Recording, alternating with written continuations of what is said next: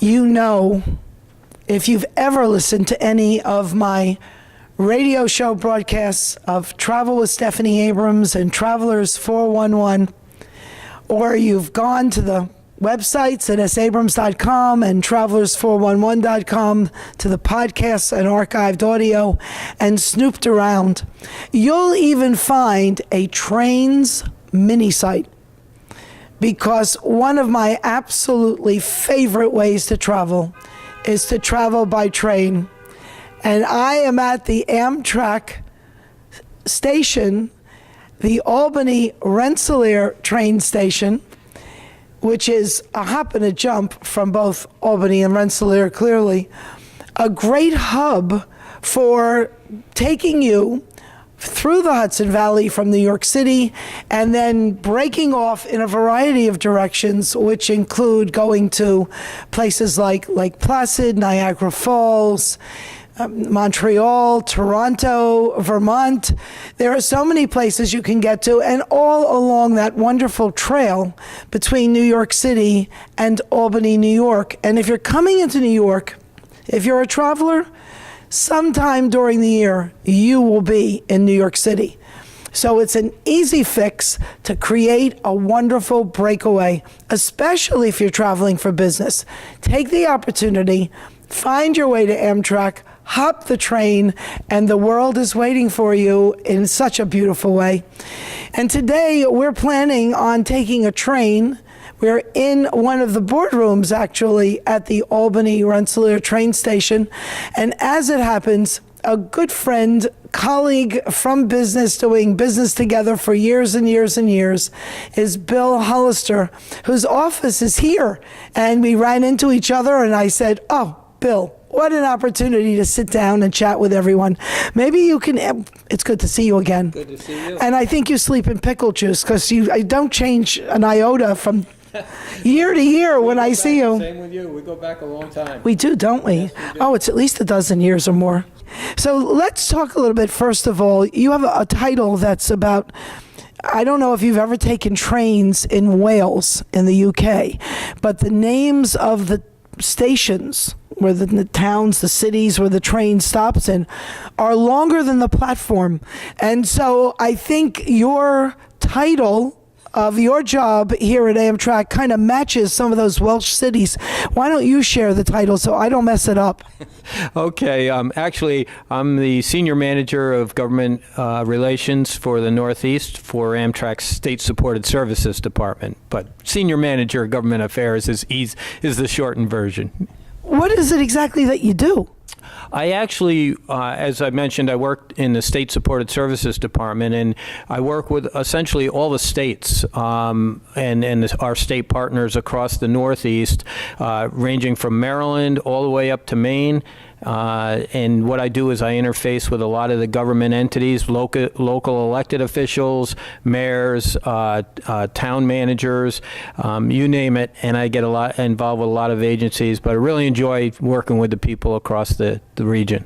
Well, you always have that wonderful happy glow, so I know that whatever it is you're doing suits you very well. And having worked with you over a period of time when you were in charge of the marketing that was related to the Capital District and the area from, I guess, Penn Station northward on the line of the Adirondack and whatever else that goes through the Hudson Valley and up into the rest of New York State and Vermont and into Canada. You know, you're a busy fellow, always have been. It was always been a delight to work with you, I have to say. Sure. And as I mentioned, you and I go back. I was in the marketing department, as you mentioned, and we first met, I think, in 2003. That's when I started in the marketing department, but I've been with Amtrak a long time, since 1984. But the area you described is called Empire Service. It's all the service throughout New York State, out of Penn Station, up into Canada. We go into Montreal, we go into Toronto, and we go into Rutland, Vermont. and we come up through the Hudson Valley region, as you mentioned, and come through Albany Rensselaer Station. So I want to welcome you to Albany Rensselaer Station today. It's a beautiful station. It's owned and operated by the Capital District Transportation Authority, and we're proud of it. It's been here since 2002, and it's been a great asset to the Capital region. It is the 9th busiest station in the Amtrak system. We have over 800,000 people come through here every year. Wow, I didn't realize that. But whenever I'm here, it's busy. And I guess, part of that is you've got a state university here in Albany. You've got the seat of New York State government here in Albany. And regrettably, far too few people that I meet think of Albany as a tourism destination, and there are so many wonderful things to see and do in Albany that I'm embarrassed to tell you I haven't done them all, because the list goes on. And theaters and museums, and apparently $1 million carved staircase over at the State House, I think it is, that I've got to get over to see, because it's supposed to be absolutely dramatically amazing. And so, Sure. The Capitol itself, the Albany region, is tremendous. The New York State Museum, the Empire State Plaza, as you mentioned, the Capitol building, that's worth the tour in itself, and the history behind it. Taking the train up from, for instance, out of the city or up out of the Hudson Valley, the ride along the Hudson River is just worth the view out at the train window, as you know. And the train up to Montreal, it was rated a number of years ago as one of the top 10 train rides by National Geographic magazine in the world, and it's just a beautiful ride up along through the Adirondacks and in along the shores of Lake Champlain, and obviously into Montreal. And anywhere you take the train, it's worth the view, and it's worth the time, and there's a lot to be seen throughout New York State. Yeah, I've done that trip from Albany to New York City so many times, but never enough. And it's such a pleasure to arrive in New York City when you're coming into the center of the city. You don't have to worry about the $60 to $80 a day it's going to cost you to overnight your car. Forget about what it's going to cost to overnight yourself. And so for me, if I can there's a train about 10:30 in the morning, I can be in New York City by noon. I can make a lunch meeting, do what I need to do for the day, hop back on the train later in the afternoon, leaving myself some time to have some fun, catch a museum, maybe catch a play in the evening, have dinner, do some shopping, get back on the train, and it is such a delight and a pleasure. And you're right about that Hudson Valley path, because you get to snoop at all the houses on the other side of the river, these unbelievable mansions they back up against the river, and you'll never get to see those houses if you're in a car somewhere, because, they're buried behind tall walls and gates and stone fences. And the most beautiful part of the house faces the river, and that's the part you get to see when you're on an Amtrak train. So it's marvelous. Yeah, as you mentioned, not only do you see the great houses and the historical sites all along the way, but the Hudson River obviously offers a tremendous amount of wildlife. You see the bald eagles that have come back into New York State, and they're roosting and nesting down along the Hudson River. It's just a great way to travel. Just a relaxing way to travel. You ever notice they're always in pairs? They're lovebirds. Bald eagles are so, you wouldn't say that they're the prettiest of birds in terms of their facial look. They've got a huge wingspan, but they're lovebirds, and they mate for life. And when you see one, look around. There's another one nearby. We're going to take a quick commercial break. We're going to come right back. We're talking with my good friend, Bill Hollister, here at the Amtrak station, the Albany Rensselaer station in upstate New York. Don't leave me. Stay with me. We'll be right back.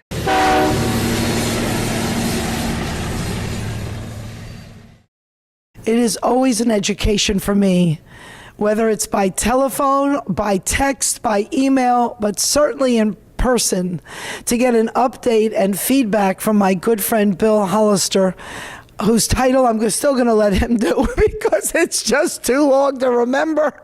I don't know how it fits on a business card, but he is my man, my go-to person at Amtrak, and we are in this gorgeous boardroom at the Albany Rensselaer train station that could probably seat, 30 people around this big long table that goes on forever.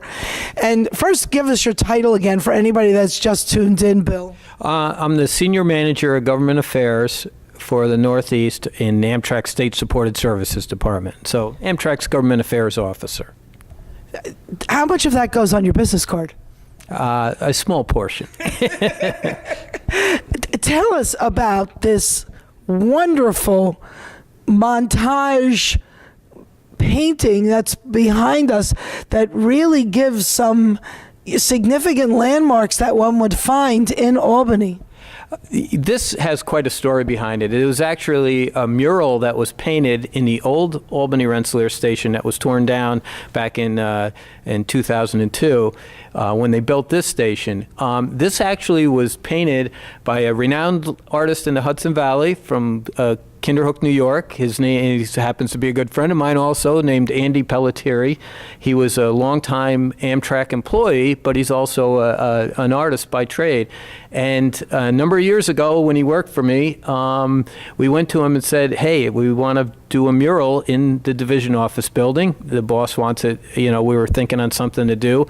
Would you do it? And he did. And he painted, he tied in, obviously, the Amtrak train coming across the Livingston Avenue Bridge over the Hudson River near the Corning Preserve. And he tied in all the state capitol building, obviously, the Empire State Plaza, the old D&H. The egg. Explain the egg. Can you see the egg, people? It's all the way up in the left corner there of the screen in front of something that almost looks like smokestacks. And maybe you can explain the egg. Sure. It's part of the Empire State Plaza that was built by Governor Rockefeller at the time. And the egg is actually an art center, and it has a lot of concerts and conventions in there. And it's very unique to Albany. Everybody that's come to Albany always remembers the egg. But that was, and he tied this all in really nice. And there's actually, he tied in a picture of one of our road foremen up in the engines, a famous fellow. But they're both retired now. They're both enjoying their retirement. And but this was great of Andy to leave this for us here, and we moved it from the old office into this conference room up here, and it's a special painting for me and a special painting for everybody that comes in. Well, and the other thing, too, is that it makes it really clear that there is so much to see and do. And if you're into architecture, for those of you who enjoy going to places like Washington, D.C. and some of our older capital cities, or going to places that are known for longevity and history in Europe, you will find buildings in Albany that rival the Parliament building in Budapest, which is the building you see with all the ornate stonework on the building itself and the kind of red brick colored rooftops. You see it in most of the River Cruise commercials that you see about Europe. And yet that building, while it's bigger probably than anything in Albany, has that same feel as, if you look at some of the architecture here, it's absolutely amazing. Let's talk a little bit about people who live within driving distance of hopping aboard a train or in New York City or along the Hudson River route, and people who are flying into New York City on business or in the region on business, and there's an opportunity, because my advice is don't plan to fly home on Thursday or Friday. Plan to stay for the weekend, fly home Sunday. Your company's obligated to get you home anyway if you live 3,000 miles away or wherever you live. but it'll give you more time to really enjoy the area. And you can do it most efficiently by train, because you can get from one point to the next in a quicker, more efficient manner, while still not giving up the opportunity to see the region. So let's talk about what is along that route from New York City northward, Bill. Well, as I mentioned, the Empire Service, which is the service throughout New York State, we have approximately 20 trains a day, 10 to 11 round trips depending on the day. It varies on weekends. We travel out of New York City. We travel there's one train a day to and from Toronto. We have a train that goes up to Montreal and a train into Vermont. And that encompasses our service. But we stop at a variety of almost all the major cities and small towns throughout New York State. So the region is, it's accessible to any of the regions that you want to go to, whether it be the Finger Lakes out in central New York, the Niagara Falls area. We have 3 trains a day there. If you want to go up into the Adirondacks, we got stations along the way, all the way up through the Adirondack region. And obviously, there's Hudson and Rhinecliff stations down in the Hudson Valley that just offer a tremendous amount for our travelers. Well, I've done Rhinecliff, but I haven't done Hudson. And I understand Hudson is one of those stations where you don't need a car when you get off the train. You just get off, you're right in the middle of the town of Hudson, where you've got all these, as I am told, and well schooled in, but I haven't done myself yet. So we're going to have to do that. And we're going to do it by train. But there are gift shops and boutique shops and cafes and bistros, and the whole town has this kind of charming antiquity kind of a feel to it. Absolutely. Hudson, I'm down there quite often myself. It has a tremendous amount of antique stores. The main street, which is called Warren Street, is right up from the train station within walking distance. A tremendous amount of great restaurants. They've revitalized that city tremendously over the last decade or so. I actually used to work down at the Hudson train station years ago, and there was a train station that was renovated back in the late 80s, early 90s, and reopened, and we felt as though we were part of that redevelopment. The main street now is just a vibrant, thriving community down there, and a tremendous amount of activity goes on in that region. And they've got a beautiful site just outside of there to visit that sits up over the Hudson. There are some places we've done our best to visit along this route between New York City and Albany northward. And some of the places that we've gone to include Saratoga, including going to the racetrack. That was fun. With my big hat. That was glorious. The women dress in summer frocks and big hats, and it looks like a scene of Ascot in the film My Fair Lady. We've gone to Fort Ticonderoga. We've gone to Montreal, to Lake Placid, to Niagara Falls, to Rochester, New York. And we didn't make it to Toronto, but we will. I mean, there's always the future. So how many trains a day run altogether? Throughout Empire Service, there's over 20 trains a day throughout the state. And we also, including not only Empire Service in New York, but also a long-distance train out of New York called the Lakeshore Limited that runs out through western New York to Chicago, an overnight train with the sleeping accommodations. And there's one train a day out to Chicago, one train a day back. I have to do that. Because once you get to Chicago, the world of the U.S. opens up to you through Amtrak. And I'm going to do that. We have to talk. We're going to take a quick break. We'll be right back. This is Stephanie Abrams. Don't leave me. We've got a lot to talk about. Stay tuned for more.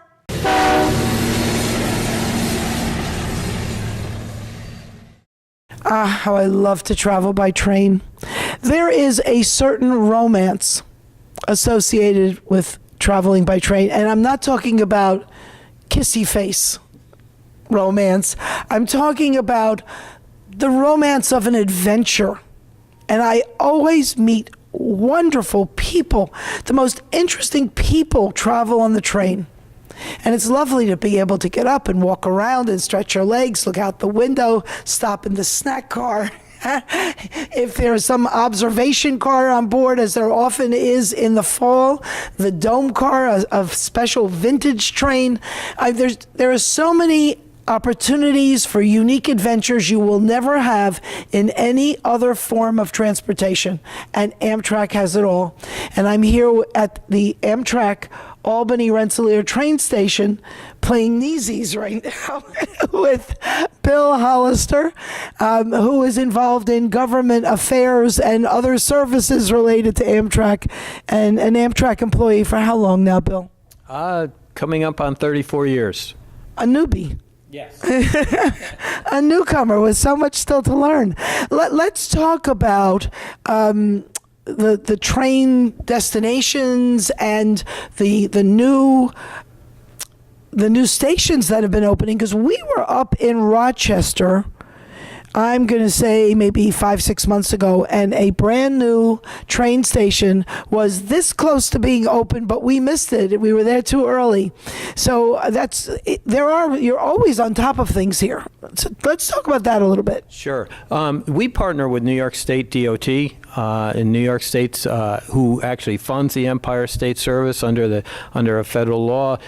So they're a very good partner, and they've done a lot of infrastructure work over the last few years to help us upgrade our service and to upgrade the service for all the state residents. We have new stations, as you mentioned. A new station opened in Rochester, New York in November of 17.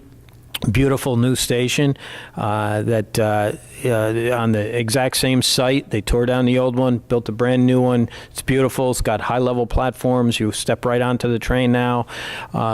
There's a new station that opened up about a year and a half ago in Niagara Falls, New York.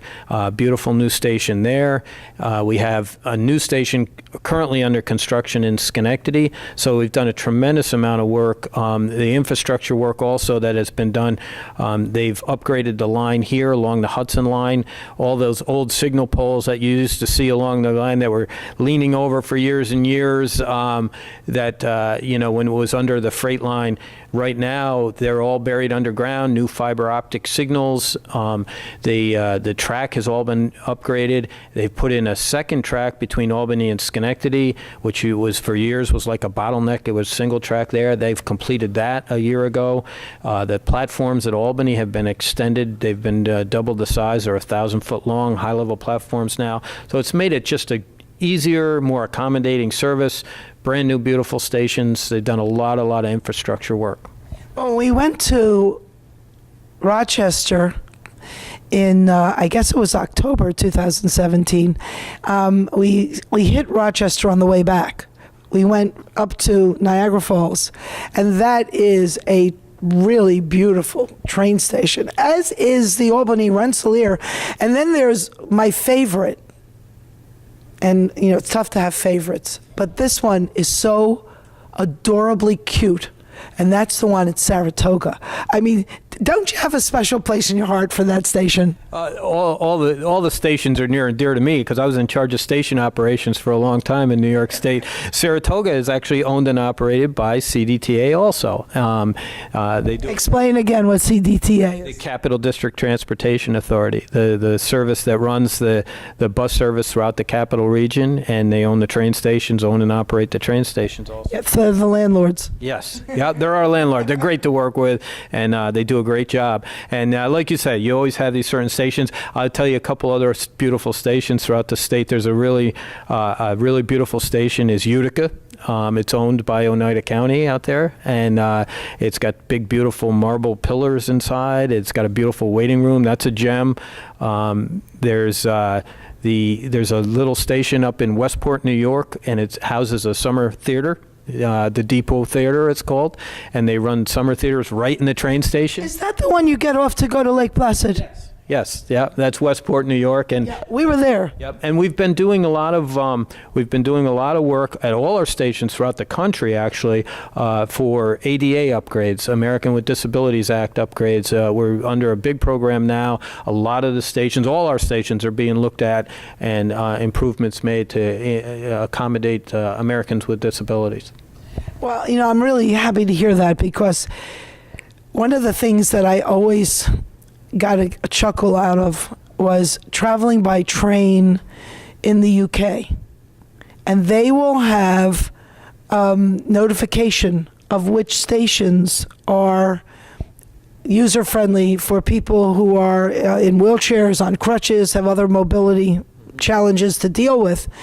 And there's one station a few stops before you get to London. And every one of these stations has a sign that says "Mind the Gap." And "Mind the Gap" means pay attention, because between the platform and where you step on the train, you could drop a hippopotamus in there. The space is so big. And so they say, mind the gap. And here was a station that was particularly marked as a station for people who were, needed to use various kinds of equipment in order to be actively mobile. And so this was supposed to be a good one.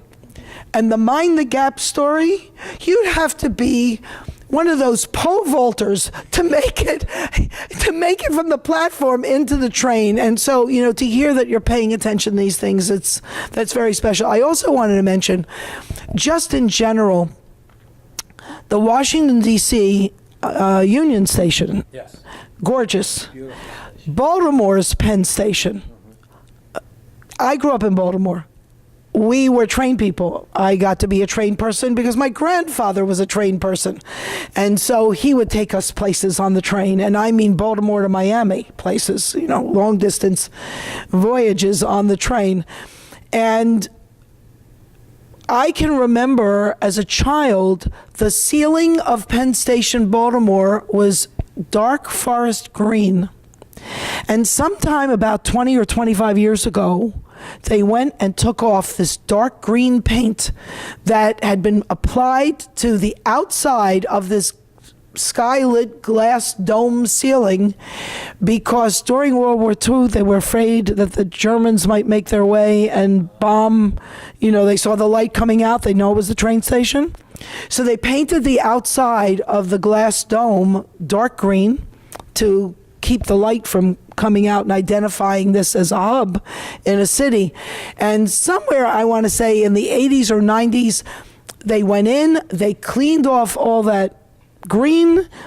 They're oak benches, very Gilded Age Art Deco looking benches to sit on while you're waiting for your train or other passengers to join you or whatever, in Penn Station, Baltimore. And they just stripped it down to the raw wood and they refinished everything.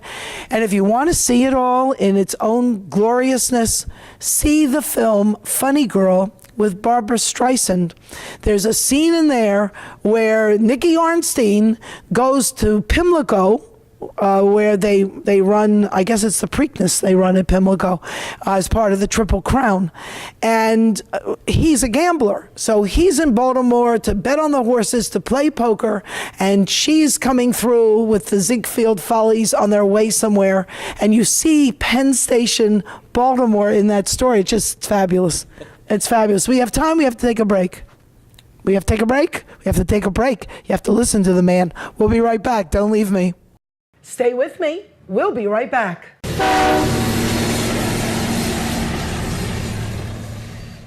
It is so much fun to talk about train journeys.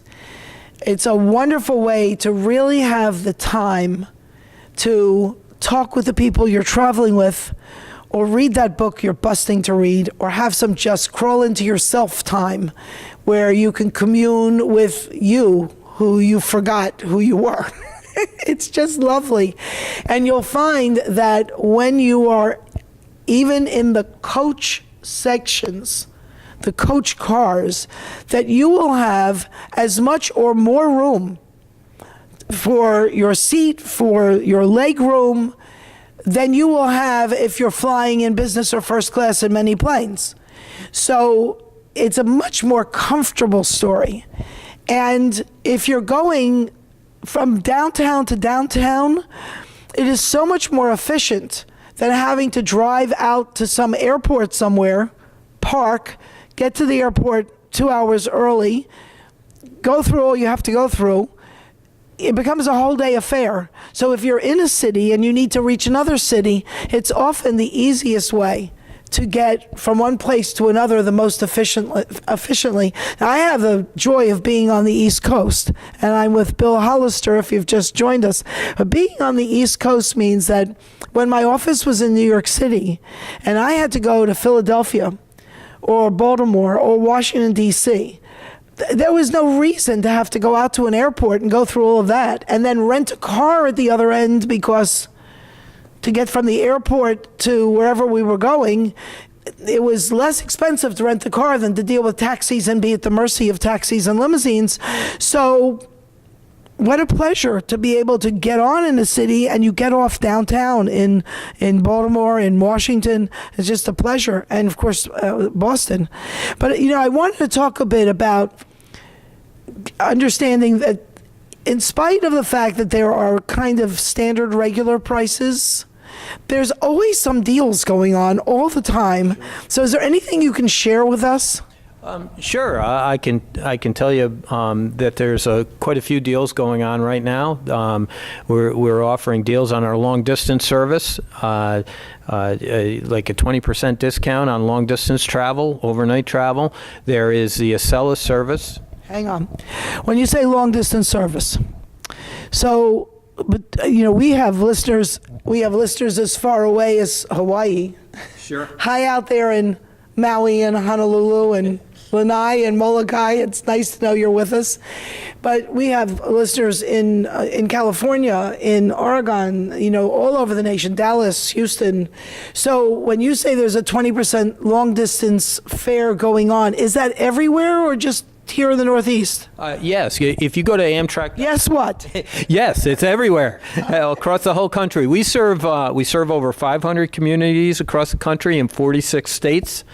We have over 31 million riders per year on Amtrak across the whole country. And our trains, you can get to all locations throughout the whole country on our long distance service, as you mentioned. I encourage folks to go to Amtrak.com. And there you can look at the deals.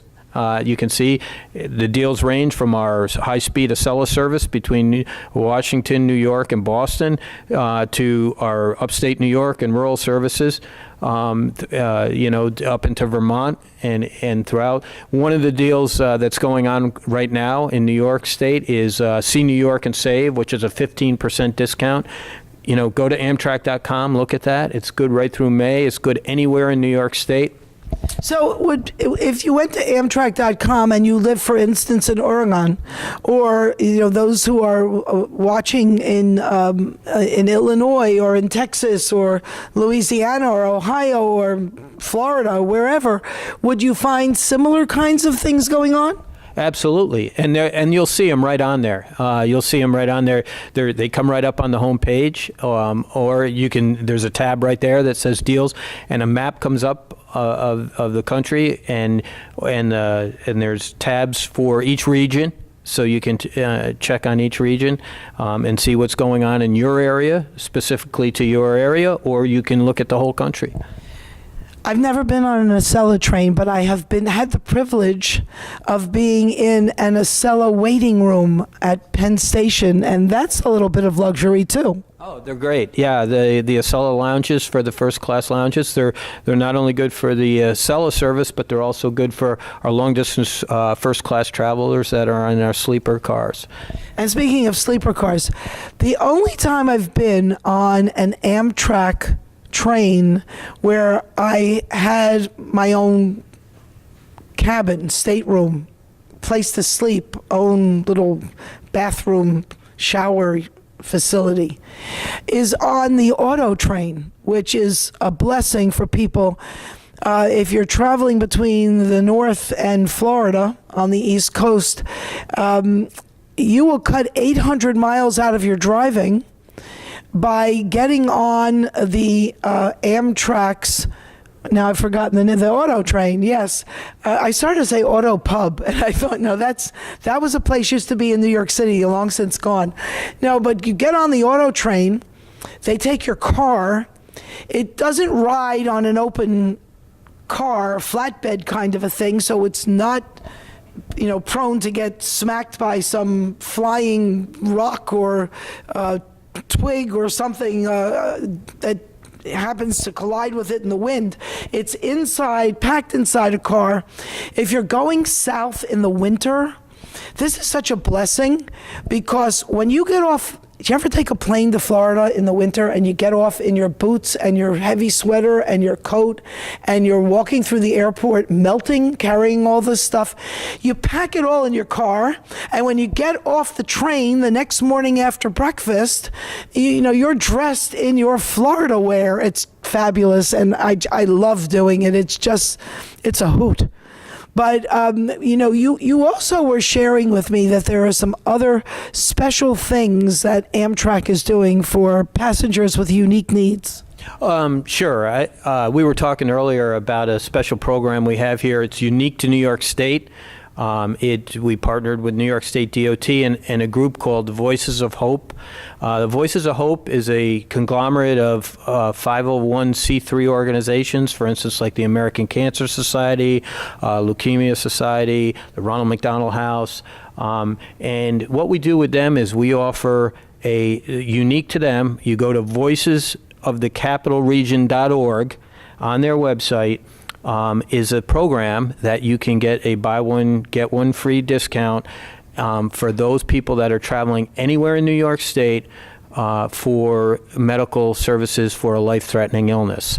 It's been a tremendous program for those folks that are battling life-threatening illnesses. It's really helped the family. Not only it takes a lot of the stress, as you mentioned, of driving away. And it's financially, it helps them. It's been a great program. It's been a great partnership with the Voices of Hope group. They've been tremendous on instituting the program and making a big success for New York State. It leaves me speechless. That's such a wonderful, philanthropic, caring outreach of Amtrak with the communities it serves here in New York State, and maybe it's something that Amtrak offices and hubs around the nation could be looking at, because people have enough problems on their head when they're battling a family crisis. It's anybody that can make that easier for them. That's a very special blessing. Thank you so much, Bill Hollister, for joining us today. It's been such a delight being with you. Thank you. It's great to see you.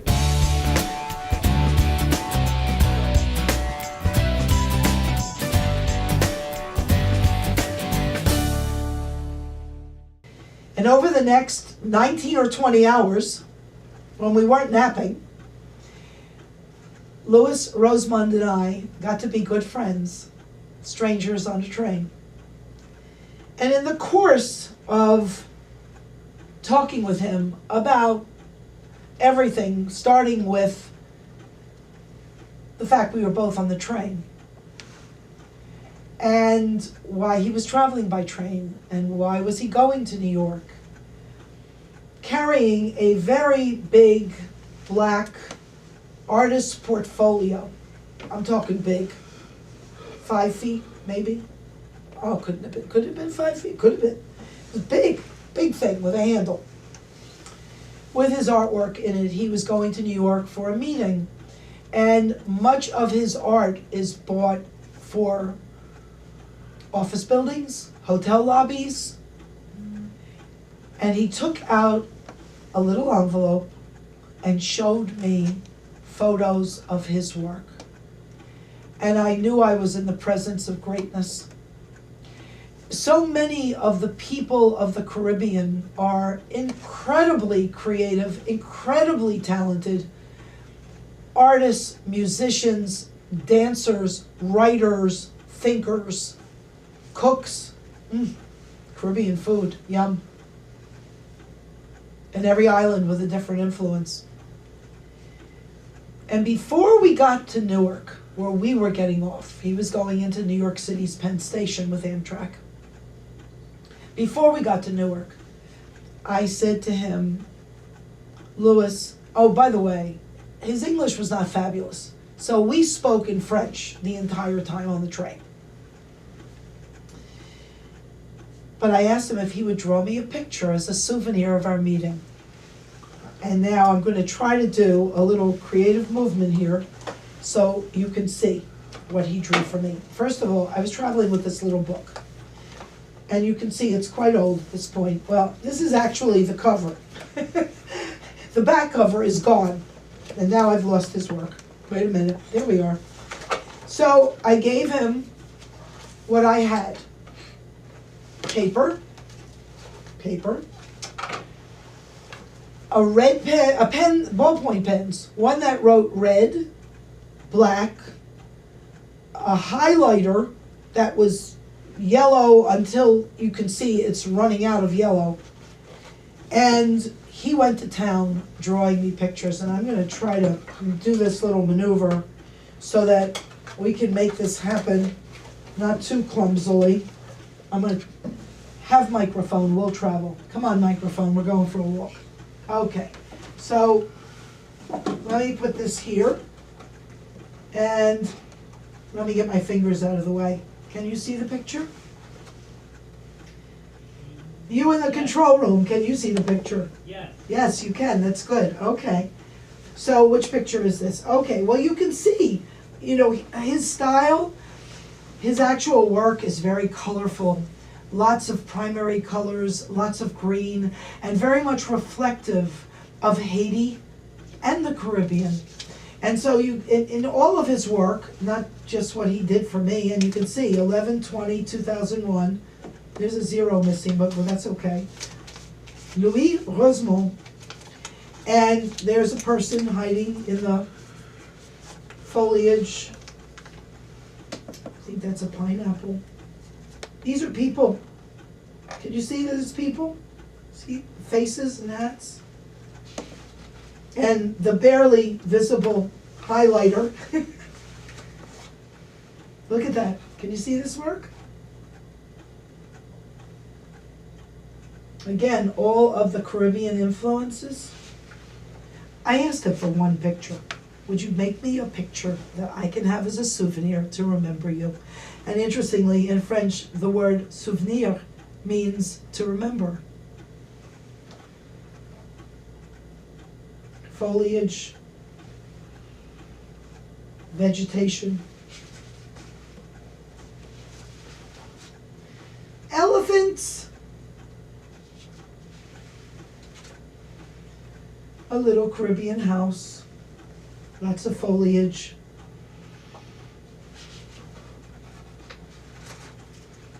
Sailboats. The generosity of time. So sweet of him. And he just plowed along. This is one of my favorites. I don't know if that's a donkey or a zebra. I think it's a zebra. I used to have a weed in my garden that looked like this, like big elephant ear leaves.